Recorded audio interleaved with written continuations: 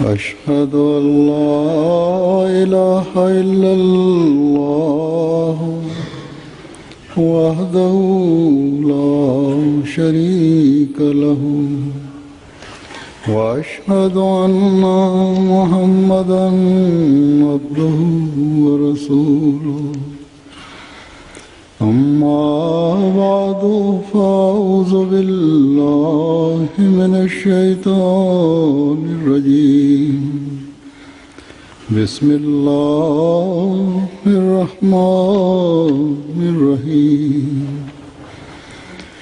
الحمد لله رب العالمين الرحمن الرحيم مالك يوم الدين إياك نعبد وإياك نستعين اهدنا الصراط المستقيم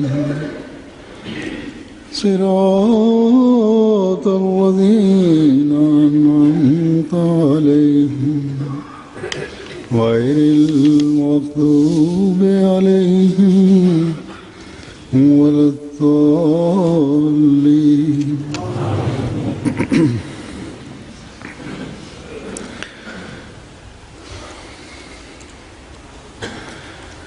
गुज़श्ता जुमे के खुतबे में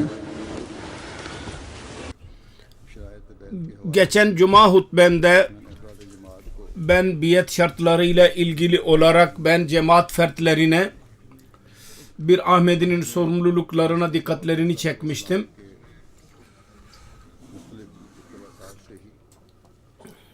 Bunda Mesih Maud Aleyhisselatü Vesselam'ın değişik iktibaslarından her şart açıklanmıştı. Bu şartları okuyarak ve Mesih Maud Aleyhisselatü Vesselam'ın kitaplarını ve melfuzatını okuyarak ve dinleyerek ve onlar üzerinde düşünerek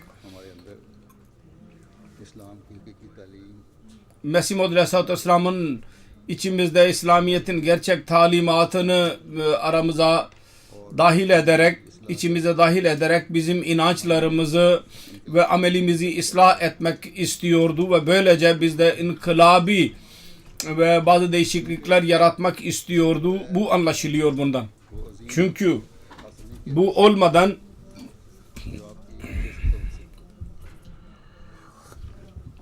Mesih Maud Aleyhisselatü Vesselam'ın gelişinin gayesi anlaşılamaz.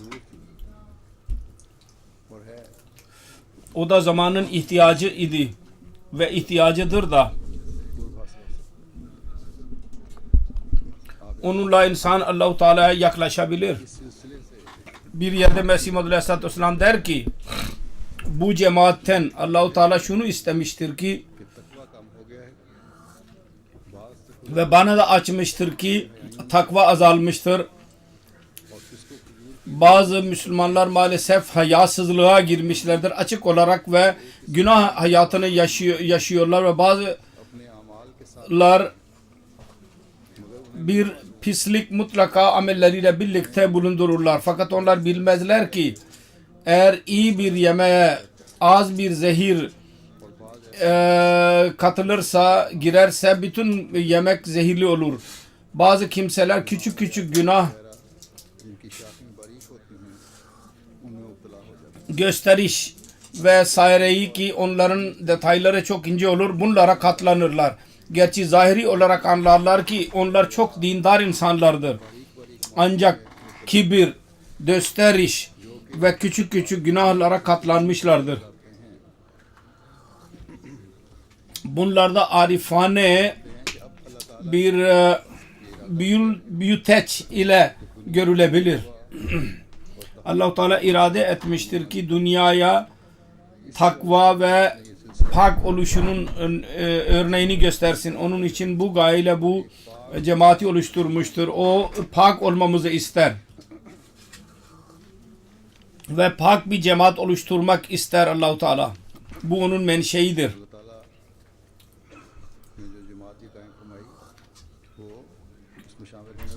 Allah-u Teala bu cemaati oluşturmuştur. Bu cemaate katılanların özellikle Allah-u Teala bunları pak elemek istiyordu ki temiz bir cemaat oluşturulsun.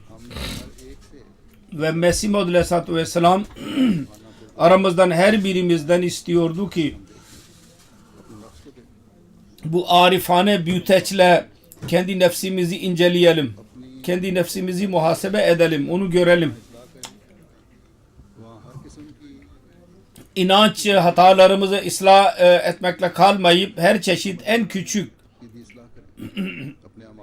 ameli hataları dahi düzeltelim. Amelimizi dahi inceleyelim. Bu arifane büyüteçtir ki en küçük hataları dahi büyüterek gösterir. Çünkü büyüteçin görevi budur. En ince şeyi büyüterek gösterir. Onun için günahı görmek için, zaafımızı görmek için bir büyüteç kullanmamız gerekir. Ki onun vasıtasıyla nefsimizi muhasebe edebilelim.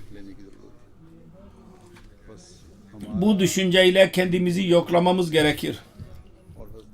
Kısacası bizim Ahmedi oluşumuzun iddiamız ve Mesih Maud Aleyhisselatü Vesselam Hz. Mesih Maud Aleyhisselatü Vesselam'ın oluşturduğu cemaat küçük bir cemaat değil ve bu iddia küçük bir iddia değildir. Bizim Ahmedi olmamız konusundaki iddia küçük bir iddia değildir. Bu cemaatte küçük bir cemaat değil. Allah-u Teala bu cemaatin üyelerini temizleyerek veya pak bir cemaat oluşturmak istiyordu. Ve bu gayeyle Allah-u Teala Hz. Mesih Maud Aleyhisselatü Vesselam'ı gönderdi. Her Ahmedi bunu gözlerinin önünde bulundurmalı. Bu takva ve taharet yani iç temizliğinin hayatı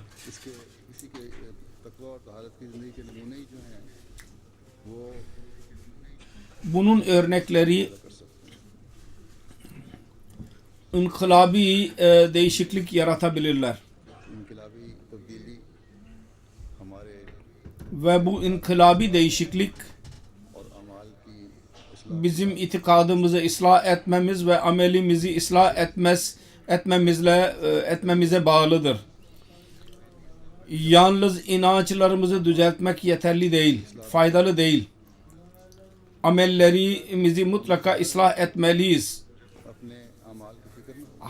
Aramızdan her birimiz kendi amelini aldırış etmezse, ona dikkat etmezse amellerini, bizim inancımız ne olmalı ve hangi amellerdir ki ona dikkat etmemiz gerekir, buna bakmadıkça iş yürümez. Mesih Maud Aleyhisselatü Vesselam'ın iktibasından okuduğum gibi en küçük hayıra doğru dikkat etmemiz lazım ve onu yerine getirmeye teşebbüs etmemiz lazım. Çaba sarf etmemiz lazım. Mesih Maud Aleyhisselatü Vesselam onu beyan etmiştir. Başka yerde daha detaylı olarak kendi inancına ve amellerimizin yüceliği konusunda cemaatin dikkatini çekerek bir yerde der ki bizim dinimizin özeti, bizim inancımız nedir? İnancımız şudur. İnanç dahi açıklanmış olacak ve bu inançla birlikte bizim amellerimiz buna bağlıdır. Onlar da ortaya çıkmış olacak. Bizim dinimizin özeti ve hulasası budur. La ilahe illallah Muhammedur Resulullah. Bu inancımız, bu dünyada biz bunu taşıyoruz ve bununla birlikte Allah-u Teala'nın lütfuyla bu dünyadan göç edeceğiz. O da inançta şumuzdur ki Hazreti Seyyidina ve Mevlana Muhammed Mustafa sallallahu aleyhi ve sellem Efendimiz Hatemun Nebiyyin'dir ve Hayrul Mürselin'dir. Onun eliyle din tamamlanmış oldu. Ve bu nimet tamamlandı. Ki bu nimet vasıtasıyla insan doğru yolu benimseyerek Allah-u Teala'ya ulaşabilir. Artık bu kemale ulaştı. Ve kesin inanarak biz inanıyoruz ki kesin bilgiye, kesin bilerek Kur'an-ı Kerim Hatemul Kutub'dur ve onun şeriatleri, buyrukları, emirleri ve buyruklarından hiç eksiltilemez, bir nokta dahi ve hiç ilave edilemez. Hiçbir vahiy ve ilham Allah-u Teala tarafından insana gelemez ki Kur'an-ı Kerim'i yok edecek olsun yahut belli bir emri değiştirebilsin. Belli bir emrini, Allah-u Teala'nın Kur'an-ı Kerim'deki belli bir emrini değiştirebilecek hiçbir vahiy gelemez. Eğer böyle birisi böyle düşünürse bizce o müminlerin cemaatinden çıkmış ve kafir ve dinden dönmüştür. Biz buna inanıyoruz ki doğru yolun en küçük kısmı Hz. Resulullah sallallahu aleyhi ve sellem'e tabi olmadan insanın eline asla geçemez. Yüce mertebeler bir yana, Resulullah sallallahu aleyhi ve sellem'e iktida etmeden insana tabi olamaz. Şeref ve kemalin hiçbir mertebesi ve hiçbir derecesi ve yakınlığının hiçbir derecesi Resulullah sallallahu aleyhi ve sellem'e tam ve doğru bir şekilde ona ittiba etmeden biz asla elde edemeyiz. Bize ne verilirse Resulullah'ın vasıtasıyla verilir. Ve şuna da inanıyoruz ki kamil insanlar ve evliyalar Resulullah sallallahu aleyhi ve sellem'den şereflenerek sulukun yolunu tamamlamışlardır. Eğer onları bize nasip olursa Resulullah vasıtasıyla olabilir. Öyle cüzi üstünlükler vardır ki şimdi asla biz onları ele geçiremeyiz. Resulullah sallallahu aleyhi ve sellem'in zamanındaki bazı kimselerin yüceliklerini biz asla elde edemeyiz. Resulullah'ı gördüler ve onun sohbetinde bulundular çünkü onlar. İslamiyet'in 5 şartı vardır. Bizim inancımızda odur.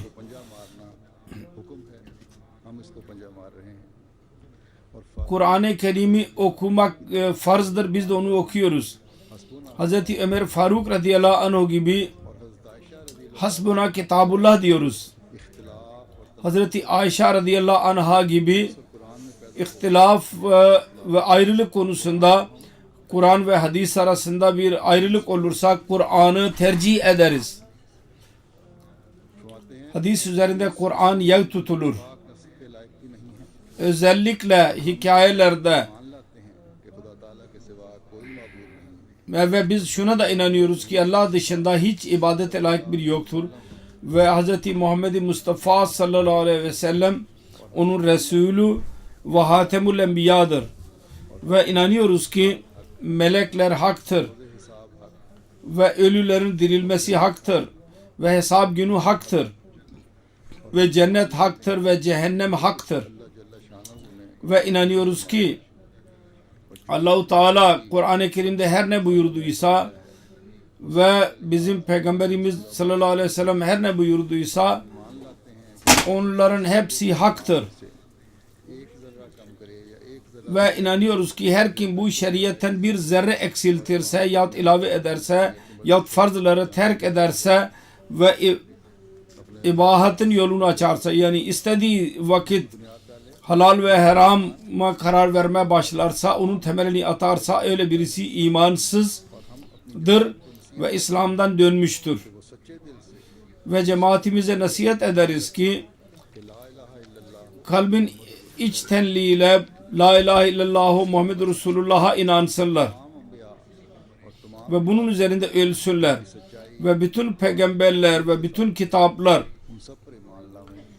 ki Kur'an-ı Kerim'den doğruluğu ispat edilmiştir, hepsine inansınlar ve oruç ve salat ve zekat ve hac ve Allah-u Teala ve onun Resulünün buyruklarını farize kabul ederek ve bütün yasak ettiklerini menhiyat kabul ederek ona bağlı kalsınlar. Yani yasak edilmiş şeyler gibi bilsinler.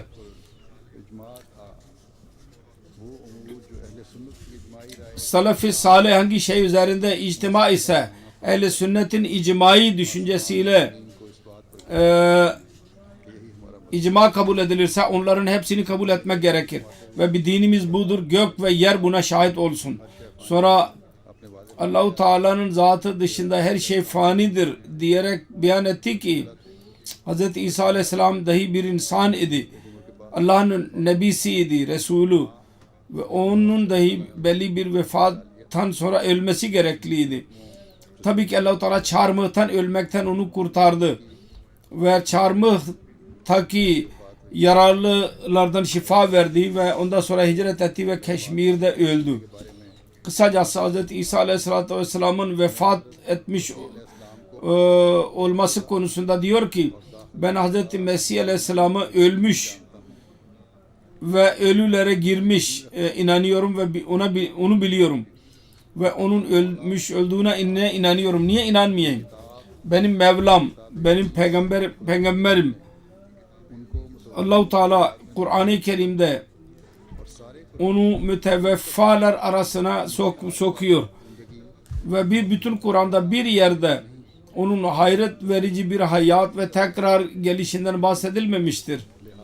Yalnız ölmüş olduğunu beyan ederek Allah-u Teala susmuştur. Onun için onun berhayat ve bu maddi bedeniyle olması ve tekrar dünyaya gelmesi mümkün değil.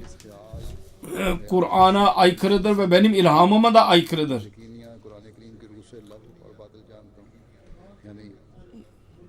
Ve bu boş bir inançtır. Kur'an-ı Kerim'in kesin ayeti kerimelerine aykırıdır.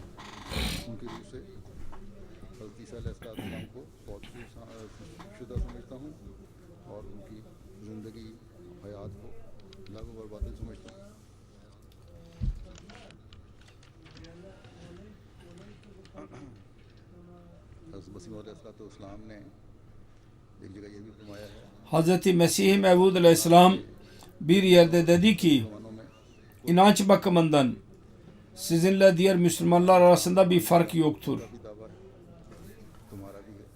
İslamiyet'in şartlarını onlar da kabul ediyorlar. Siz de kabul ediyorsunuz. İmanın ne kadar şartları varsa bir Ahmedi nasıl onlara iman etmeyi iddia ediyorsa diğer Müslümanlar dahi ağızlarından aynı iddiada bulunuyorlar. Hatta öyle ki Hz. İsa Aleyhisselatü Vesselam'ın vefatı üzerine Hz. Mesih Maud Aleyhisselatü Vesselam'ın gelişinden sonra belli bir hizip inanıyor.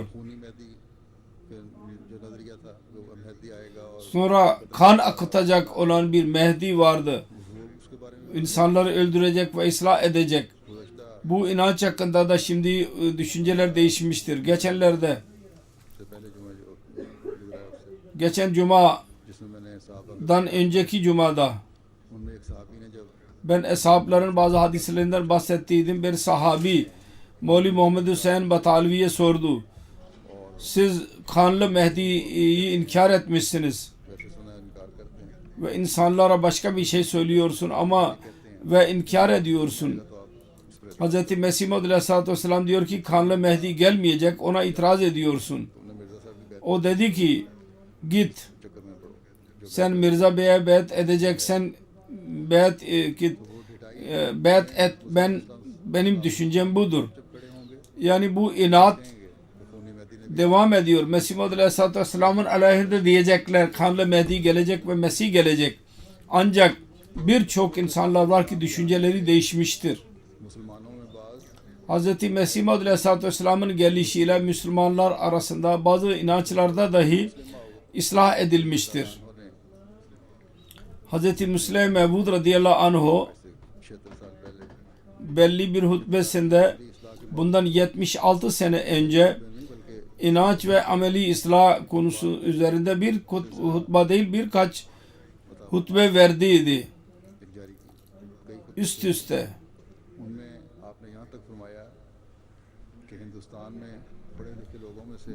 Öyle dedi ki Hindistan'da okumuş olan insanlar arasından belki 10 arasından belki bir tek insan bulamaz ki hayat İsa Aleyhisselatü Vesselam'ın berhayat olduğuna inanıyor birisi belki bulunamaz.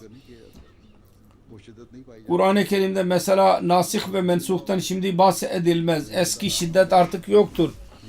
Hz. Müslim Mev'ud radıyallahu anh şunu dahi ispat etmiştir ki Hz. Mesih Maud aleyhissalatü vesselamın gelişinden sonra bazı inançlarda diğer Müslümanların şiddetli bir şekilde inanıyorlardı. Şimdi onların şiddeti azalmıştır ve savunuyorlar.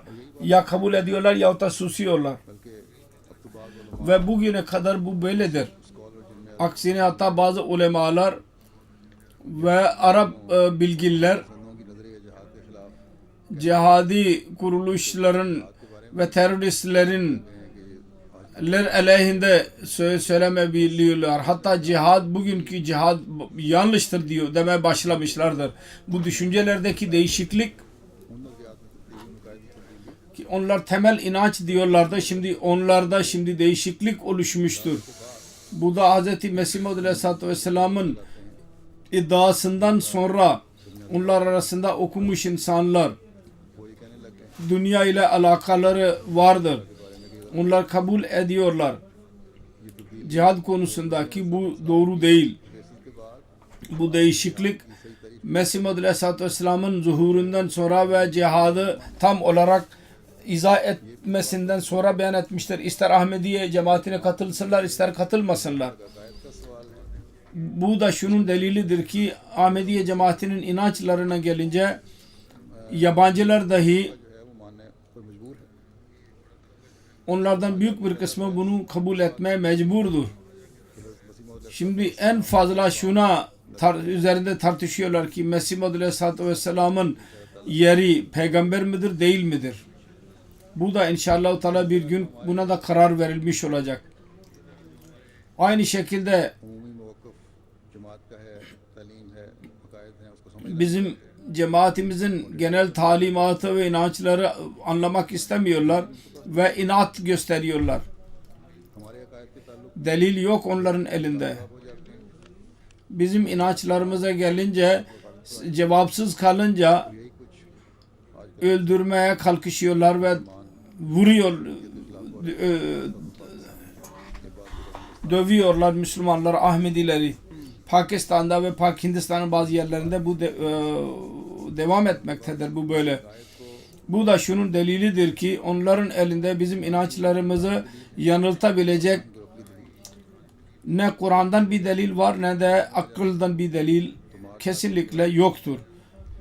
Cevapsız kalınca öldürmeye kalkışıyorlar. İnanç bakımından, deliller bakımından Ahmediler hiç kimse onlara karşı koyamaz Ahmedilere. Az olan Ahmediler dahi bu konuda bilgilerini çoğaltmalıdırlar. Bugünlerde MTA üzerinde bazı programlar mesela Rahi Huda şu bakımdan veriliyor ki bundan en fazla bilgi edinin ve aşağılık kompleksine kapılmayınız. Kısacası Ahmedi cemaatinin çoğunluğu Allah-u Teala'nın lütfuyla hepsi kendi inançlarında kuvvetlidirler. Eğer birisi zayıf ise bilsin ki Mesih Maud aleyhissalatü vesselamın bizim önümüze koyduğu inanç gerçek İslam'dır. Ve onu hiçbir delil ile yabancılar onu yok edemezler. Birkaç zayıf olanlar dahi kuvvetlensinler. Hiçbir zaaf göstermelerine gerek yoktur. Mesih Maud aleyhissalatü vesselam inanç bakımından ve bilgisel olarak bize kuvvetli ve delil verici literatür bize önümüze koymuştur ve dikkatimizi bu yöne çekmiştir. İnanç ve amel literatürüne gelince söylediğim gibi Ahmedi olmamalarına rağmen yabancılar bunu kabul ediyorlar. Yalnız inancı ıslah etmek yeterli değil, amelleri dahi düzeltmemiz gerekir. Bizim amellerimiz ıslah edilmezse inancın ıslahının faydası yoktur. Çünkü ameldir. Yabancıları buna çeken, onlar cemaate katılırlar ve sözümüzü dinlerler yahut en azından sessiz kalırlar. Hayırlı amel ve pak değişiklik sessiz bir tebliğdir. Bazı yaklaşmış olan ve beyat için hazırlanmış olan yalnız şu sebepten dolayı uzaklaşıyorlar ki bir Ahmedi'nin bir kötü bir ameli onların geri dönmelerine sebep oluyor. Biz Mesih Maud Aleyhisselatü Vesselam'ın zamanından uzaklaştıkça inancımızı ile birlikte amellerimizi dahi korumamız lazım ve şiddetli bir şekilde onu korumalıyız. İnanç bakımından biz Allah-u Teala'nın lütfuyla zafere ulaştık. Ama eğer inanca göre amel yoksa, verilen talimata göre biz eğer amel etmezsek, onu kendi üzerimize biz onu yürürlüğe koymazsak yalnız isim kalır yavaş yavaş. Mesela Müslümanların çoğunda biz onu görüyoruz. Yanlış işlere katılıyorlar. Namazları eğer kılıyorlarsa da yalnız çoğu namaza aldırış etmezler. Yalan çok geneldir.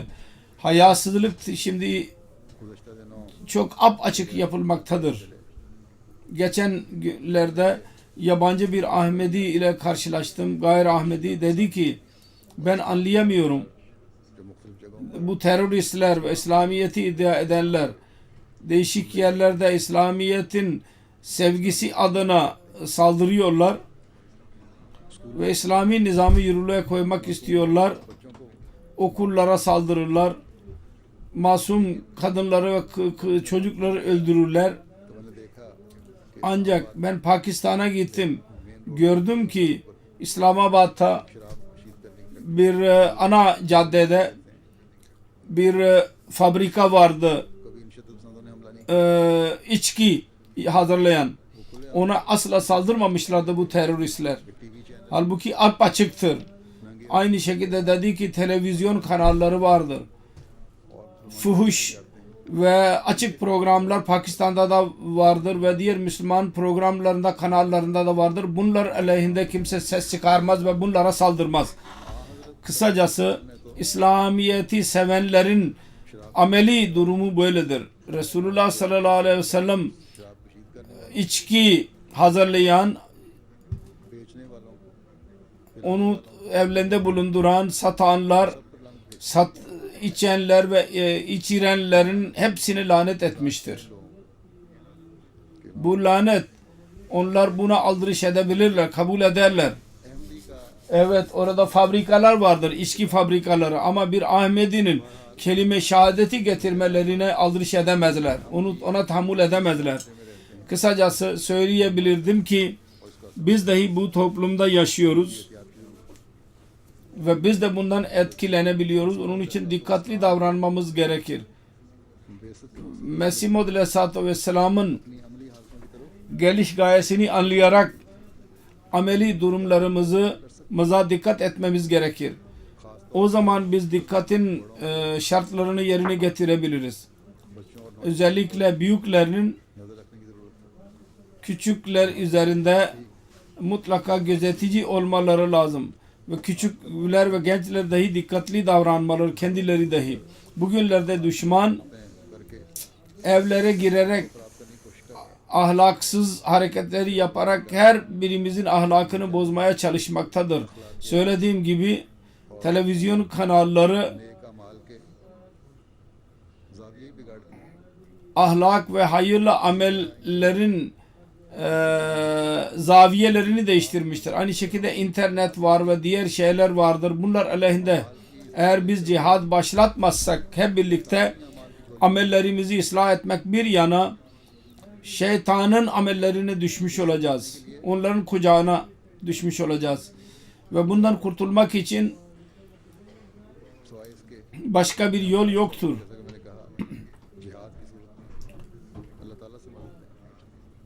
Yoksa bir tek yol var. Allahu Teala'dan yardım dileyelim bir cihad olarak. Bunun aleyhinde ayağa kalkalım ve Allahu Teala'nın yardımını dahi elde etmeye çalışalım. Bir tek bu yol var.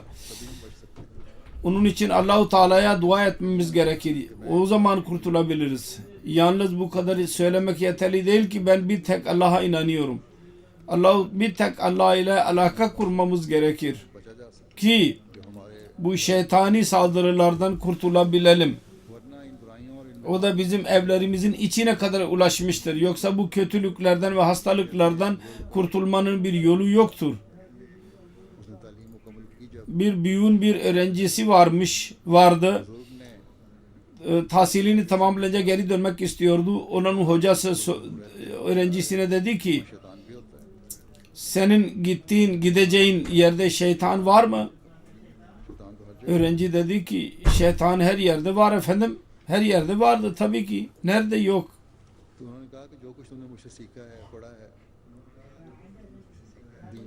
Peki sen benden ders aldın. Din konusunda, ahlak konusunda amel etmeye kalkışırsan ve şeytan saldırırsa ne yaparsın? Ben karşı koyacağım. Tamam. Sonra seni dikkatin biraz azalırsa, yine saldırırsa tekrar karşı koyacağım. 2-3 defa sordu. Sonra dedi ki eğer bir arkadaşın yanına gidersen ve onun kapısında bir köpek varsa ve sana ısırmaya başlarsa, sana saldırırsa ne yaparsın? Ben onu kovacağım. Sonra tekrar saldırırsa yine aynısını yapacağım. Eğer böyle yaparsan dostuna ulaşamazsın. Ne yaparsın? Sonunda dostumu çağıracağım ve bu köpeği yakala diyeceğim. O zat dedi ki şeytan dahi Allah'ın köpeğidir. Bunun için dahi senin Allah-u Teala'yı çağırman gerekir. Onun kapısını gıcırdatman, kapısına vurman gerekecek. Zannetme ki benim şimdi bilgim vardır. Ahlakiyat konusunda da ahlak vasıfları üzerinde de ben bilgi edindim. Hayırı da biliyorum. Namazları da kılıyorum. Bunu eğer düşünürsen şeytan mutlaka sana saldıracak ve sen ona zarar veremeyeceksin. Demek ki Allah-u Teala'dan haliseten Allah'tan yardım dilemek lazım ve ona ibadet etmemiz lazım. Ancak o zaman şeytanın saldırılarından kurtulmak mümkün. Ve Allah-u Teala ile alaka kurmak için, ona yaklaşmak için yalnız Hz. Mesih Maud Aleyhisselatü Vesselam'ın biyetine girmek ve inancı ıslah etmek yeterli değil. Onun için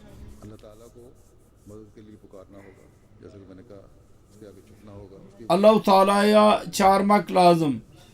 Onun önüne eğilmemiz lazım ve haliseten ona ibadet etmemiz gerekir. Ameli çaba olursa, tevbe ve istiğfar olursa orada çok önemli bir şey namazdır. Allah-u Teala birkaç defa Kur'an-ı Kerim'de namazı ikame etmeye dikkatimizi çekmiştir. Sonra Hz. Resulullah sallallahu aleyhi ve sellem buyurdu ki namaz bir Müslümanın, müminin miracıdır. Öyle bir durumdur ki mümin Allah-u Teala'ya yaklaşmış olur namazda ve onunla konuşmakta olur. Eğer şeytandan korunma gerekirse zamanın boş işlerinden kurtulmak istiyorsak namazlarımızı korumamız gerekir. Yüce Allah başarılı müminlerin alametini böyle beyan etmiştir. Onlar namazlarını korurlar demiştir. Onun için inna salata tanha anil fahşai vel munkar. Namaz, Allah-u Teala dedi ki namaz kesinlikle hayasızlık ve kötü işlerden insanları alıkoyar. Haliseten Allah için kılınan namaz demektir. Allah-u Teala'nın rızası için kılınan namaz demektir. Onun için şeytanın saldırılarından korunmak için Allah-u Teala çağırmanın büyük bir yolu namazdır. Bugünkü boş işlerle dolu bu ortamı mutlaka fazla bunun konusunda duyarlı olmamız gerekir. Çocukları dahi gözetlememiz lazım ki onlar namaz kılsınlar. Yalnız çocuklara ve gençlere demeden önce büyükler kendilerini muhasebe etmelidirler. Kendilerine bakmaları gerekir. Allah-u Teala yukimuna salata buyurduysa onun anlamı şudur ki cemaat ile namaz eda edilsin. Buna dikkat olsun. Gördüm. Havanın değişimiyle zaman değişir. Geceler kısalır. Sabah da insanlar azalırlar. Geçen günlerde tam olarak daha azalmamıştı. Geri gelmemişti zaman. Saat 5'te kılıyorduk. Namazdaki katılanların sayısı azalmaya başlamıştı. Şimdi bir saat ilerledi saat ve biraz düzeldi. Ya cuma günü biraz düzelir. Şimdi daha fazla gerileyecek saat. Onun için büyükler dahi buna dikkat etmeleri lazım büyüklerin. Eğer zamanın değişimiyle tembellik olursa bir rahmet için doğru değil bu. Onun için şimdiden ben söylüyorum. Namaz zaman ile birlikte sabah namazında insanlar azalmamalı. Özellikle büro çalışanlar, görevliler tembel olmasınlar. Eğer onlar kendilerini düzeltirlerse ve her seviyedeki görevlilerle cemaate gelirlerse mescidler dolar ve küçükler ve gençler dahi güzel bir şekilde etkilenirler. Onların dikkati dahi çevrilecek. Mutlaka hatırımızda tutmamız gerekir ki belli bir insanın görevli olması dünya bakımından değil, dünyada belki olabilir, onun bir mertebesi olabilir. Ancak asıl Allah-u Teala'nın sevgisini elde etmektir ve o da böyle elde edilecek. Hz. Resulullah sallallahu aleyhi ve sellem buyurmuştur. Namaz müminin miracıdır. Bu miracı elde etmeye çalışmak gerekir. Onun için ilk olarak görevliler kendilerini muhasebe etsinler ve ondan sonra gençleri ve küçükleri ve diğer insanları dahi kontrol etsinler ve onların dikkatini bu yöne çeksinler. Biz ancak her taraftan şu ses gelince başarıya ulaşabiliriz ki namazı ikame edin. Yoksa yalnız bu inanç taşımakla ki İsa Aleyhisselatü Vesselam öldü yahut Kur'an-ı Kerim'in bir ayeti mensuh değildir yahut bütün peygamberler masumdur ya Hz. Mesih Maud Aleyhisselatü Vesselam gerçek Mehdi ve Mesih'dir geleceğine dair önceden söz verilmiş olan bununla bizim başarımız elde edilemez. Bizim başarılarımız ameli durumlarımızı Allah-u Teala'nın bize verdiği talimata göre ayarlamak iledir. En önemli olan namaz ile Allah-u Teala ile alaka kurmaktır. Yoksa bizim bu iddiamız dahi boştur ki şirk yapmayacağım. Şirk eğer namazları korumazsak şirk yapmış oluruz. Allah-u Teala dedi ki namaz kılın. Namaza gelin. Eğer biz ona dikkat etmezsek demek ki onun yerine başka bir şey vardı ki biz ona fazla önem verdik. Bu da şirke hafi, gizli bir şirktir. Sonra Allah-u Teala bize bazı hayırlı amellere dikkatimizi çekmiştir. Diğer insanların hakları dahi onların kapsamındadır. Dünya hırsları yüzünden insanların hakları gasp edilir. O zaman insan büyük utanç duyar ve üzülür. Gayri Ahmedi'yle mektup bana yazarlar. Sizin filan Ahmedi beni aldatmıştır. Benim hakkım geri verilsin. Bunlar söylediğim gibi tebliğe dahi mani olurlar. Hatta yeni bazı Ahmedilerin sendelemelerine dahi sebep olurlar. Geçen günlerde कि वो जमात छोड़ रहे हैं। bir Arap bir Ahmedi yazdı ki वजह पता की o cemaati terk ediyor. तो Sebebini sorduk. कि बाज़ अहमदियों के अमल से दिल बर्दाश्त हो Öğrendik ki वो bazı Ahmedilerin amellerinden लिहाज से इस बात पर tıksınarak bunu söylüyordu. Fakat inanç bakımından kesin olarak inanıyordu ki Mesih Maud Aleyhisselatü Vesselam'ın iddiası doğrudur. Onun için onun da bir kabahatidir. Bazı Ahmedileri görünce cemaatten uzaklaşsın. Alakasını kessin. Aynı yerde o Ahmedilerin dahi düşünmeleri gerekir. Bazı görevliler dahi onun kapsamındadır. Bir insanın sendelemesine sebep olmasınlar. Ne kadar büyük günah işliyorlar onlar bunu yapmakla. कि अल्लाह ताला के फजल से बेशक Bir konu var, ona özellikle dikkatinizi çekmek istiyorum. Allah-u Teala'nın lütfuyla mal fedakarlık konusunda cemaatin üyeleri Allah-u Teala'nın lütfuyla katılırlar coşkuyla. Fakat mal fedakarlığının bir konu zekat vardır. Ona dahi dikkat etmemiz gerekir. Özellikle kadınlar, onların elinde mücevherler olur ve bazı kimselerin paraları bir seneden fazla bir yerde aynı durumda kalmış olur. Ona nasıl dikkat etmemiz gerekirse o dikkat yoktur. Büyük bir cemaatin sayısı bir kuruşu kuruşuna kadar hesabı ederek hem çanda verirler hem zekat verirler. Ancak bazı kimseler vardır ki çandaları bilirler ve zekat vermezler. Yahut mal sekreterleri onlara zekata dikkatlerini çekmezler. Onun için bunun önemini bilmezler. Buna dahi dikkat etmemiz gerekir. Sonra ameli durumumuzu düzeltmek için her kötülük Kur'an-ı Kerim'de beyan edilmiş olanı, her kötülüğü terk etmek ve Kur'an'da zikredilmiş olan her hayırı benimsemek bunun kapsamındadır.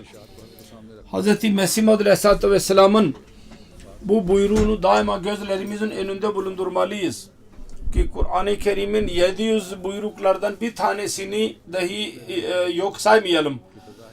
Daima şuna çaba sarf edelim ki zahirde en küçük günahdan korunacağız.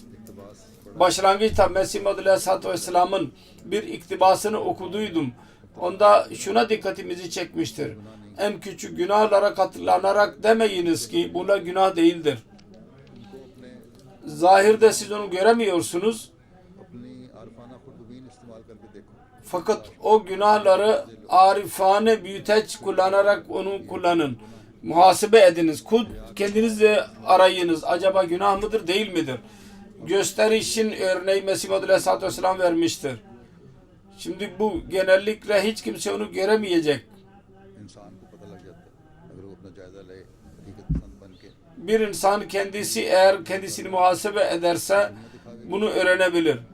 Yaptığı iş dünyanın gösterişi için midir yoksa Allah-u Teala'nın rızası için midir? Eğer insan onu bilirse benim her amelim Allah-u Teala'nın rızası uğruna olmalı ve olursa o zaman sevabı elde edeceğim derse ancak o zaman hayıra dikkati çekilmiş olur.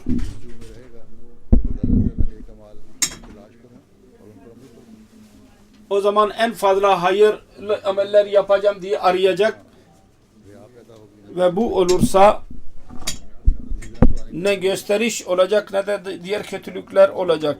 Aynı şekilde Kur'an-ı Kerim'de akrabalara hayırlı davranmak emri vardır. İlk olarak anne baba söz konusudur ve इस ताल्लुक में एक बात तो दिलानी चाहता हूँ। aynı şekilde diğer alakalılar ve bu bir şey daha söylemek istiyorum. Bugünlerde tahammül azalmıştır hem erkeklerde hem de kadınlarda. Halbuki tahammül ve sabır dahi Allah-u Teala emretmiştir. Ve bu azalma neticesinde akrabalıklar bozuluyorlar ve bu çoğalıyor ve hiç kimse aldırış etmiyor. Ki çocuklar nasıl etkilenecekler?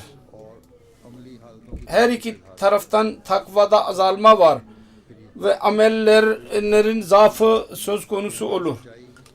Her Ahmedi buna da dikkat etmesi lazım.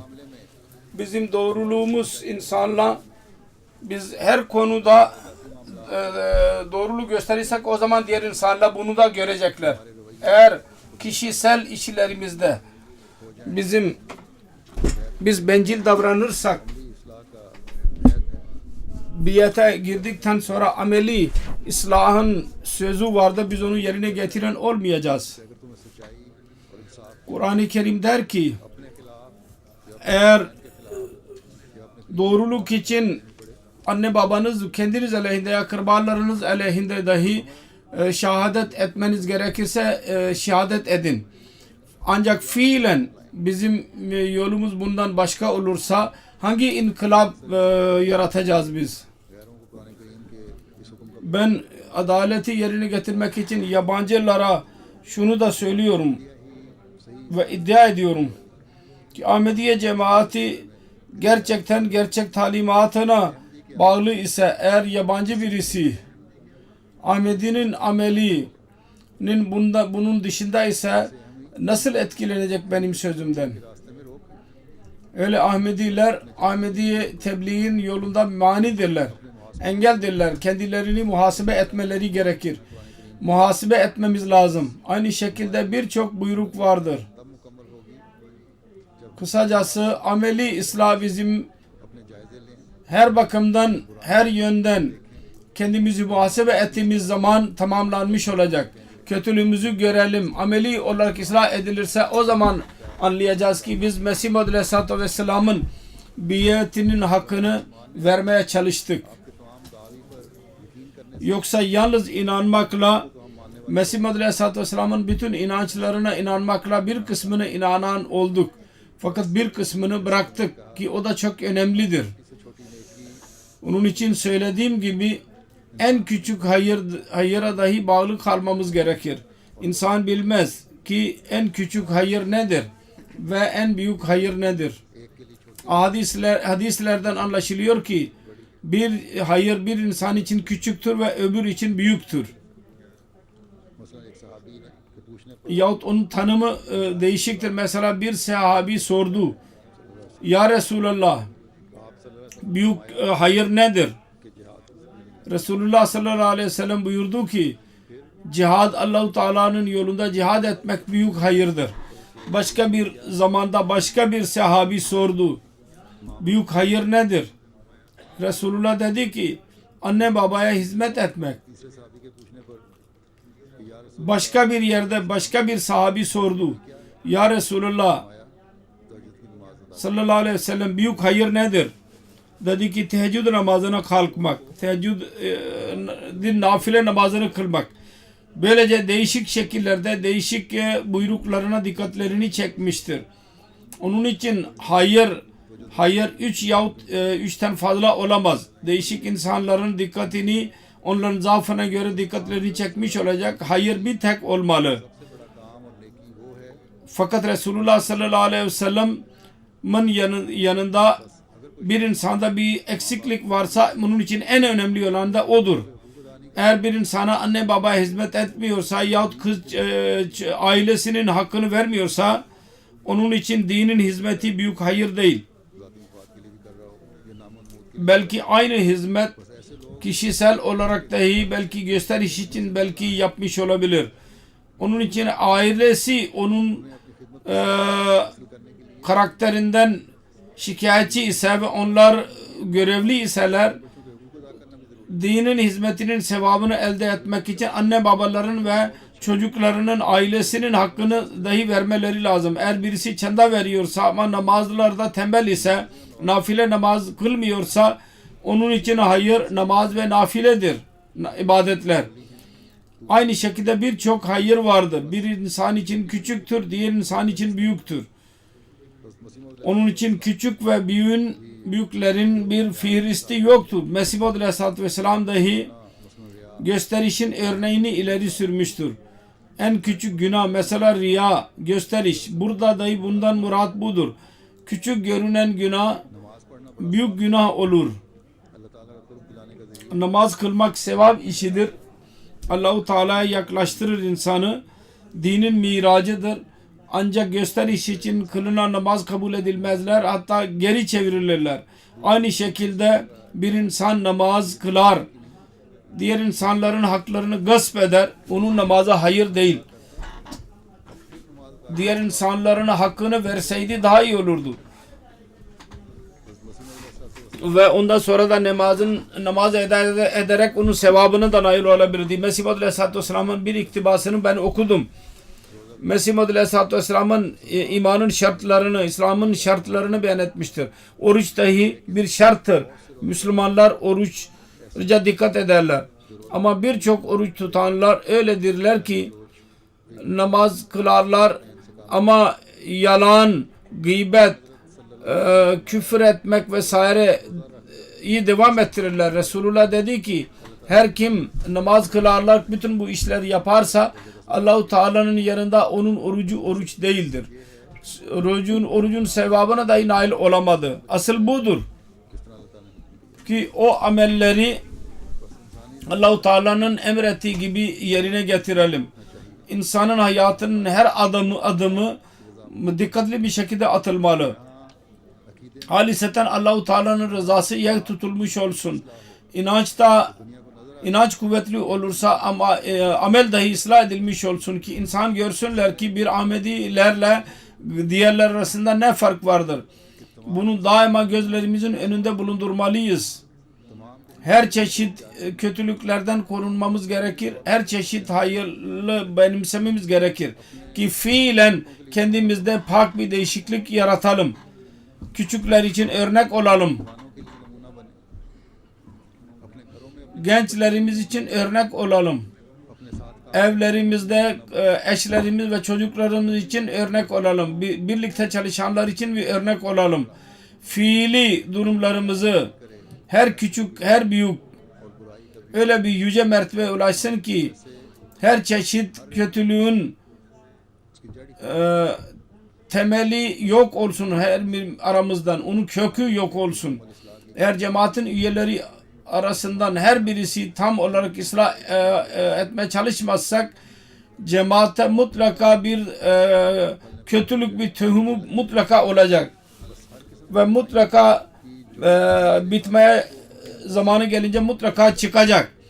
Onun için her kötülüğün temellerini yok etmemiz lazım her birimiz. O zaman her çeşit kötülüklerden cemaat içinden biz onları yok edebiliriz ve ameli ıslahın gerçek resmini oluşturabiliriz ve zaferin manzaralarını Allah-u Teala o zaman bize gösterecek. Bizim dualarımız da o zaman kabul edilecek. Allah-u Teala'ya yaklaşacağız. Allah-u Teala onu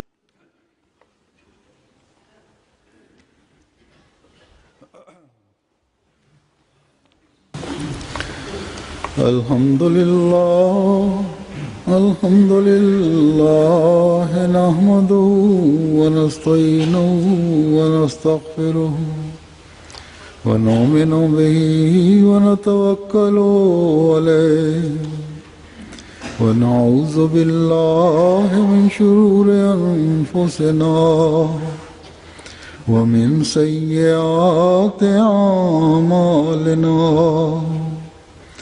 من يهده الله فلا مضل له ومن يضلله فلا هادي له ونشهد أن لا إله إلا الله ونشهد أن محمدا عبده ورسوله عباد الله رحمكم الله إن الله يأمر بالعدل والإحسان وإيتاء ذي القربى وينهى عن الفحشاء والمنكر والبغي يعظكم لعلكم تذكرون اذكروا الله